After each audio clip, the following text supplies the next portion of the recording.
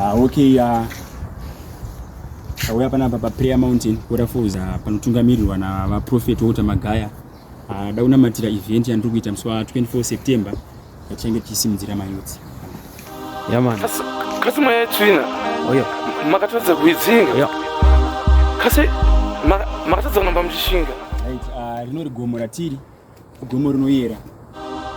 Ndo panonamatirwa, ndo prayer mountain yePHD Ministries. Saka sezvo ndambotaura kuti munamato wanda kuisa muzuva ranhasi. Ndine event yandida kuita kuwaterfalls change chisimudzira mayouth, giving back to the community. Change ndichisimudzira mazimdanzo artist. Change ndichipa chembere chikafu ana mai vedu vakatibereka. Saka apa ndakunamata because ndoziva kuti muna Mwari ndo munobuda zvese. Yaman. Kasi mwayetsvina. Makatadza kuidzinga. Kasi makatadza kunamba muchishinga.